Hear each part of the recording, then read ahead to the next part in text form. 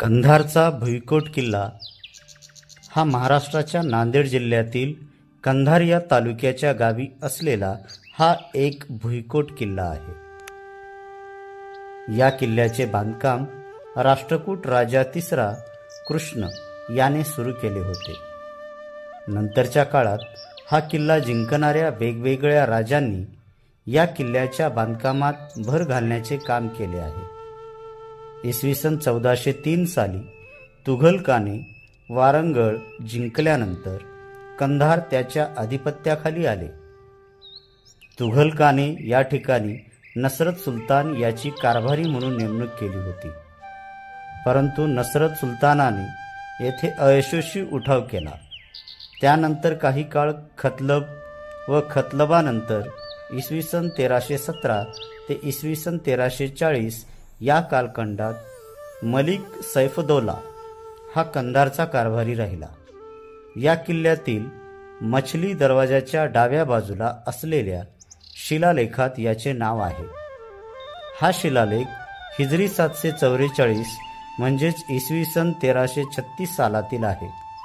इब्राहिम आदिलशहा याच्या काळातील अंदाजे इसवी सन 1590च्या सुमाराचा एक लेख शाही बुरुजावर आहे, तर किल्ल्यातीलच मुहम्मदी मस्जिदीवर इब्राहिम आदिलशहाचा इसवी सन 1605 सालातील लेख आहे।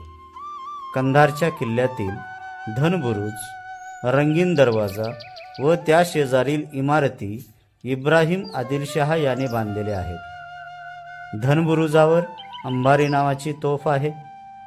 मलिक अंबर या प्रसिद्ध कारभाऱ्यानेही या किल्ल्यातील अनेक इमारती पूर्ण केल्या व बांधल्या देखील। मुहम्मदी मशिदीवर त्याचाही शिलालेख आहे।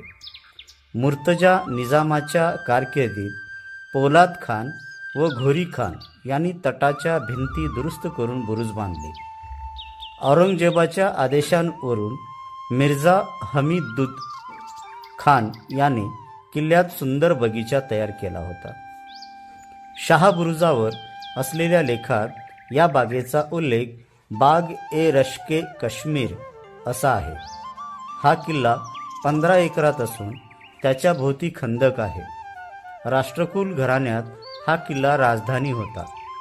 किल्ल्यावर एक टेहळणी बुरुज असून अनेक तोफा अजून चांगल्या स्थितीत आहेत। एक विशेष म्हणजे कंधारचे पूर्वीचे नाव पांचालपुरी असून पांडवांचा द्रौपदीबरोबर विवाह या स्थळी झाला अशी आख्यायिका देखील या ठिकाणची आहे।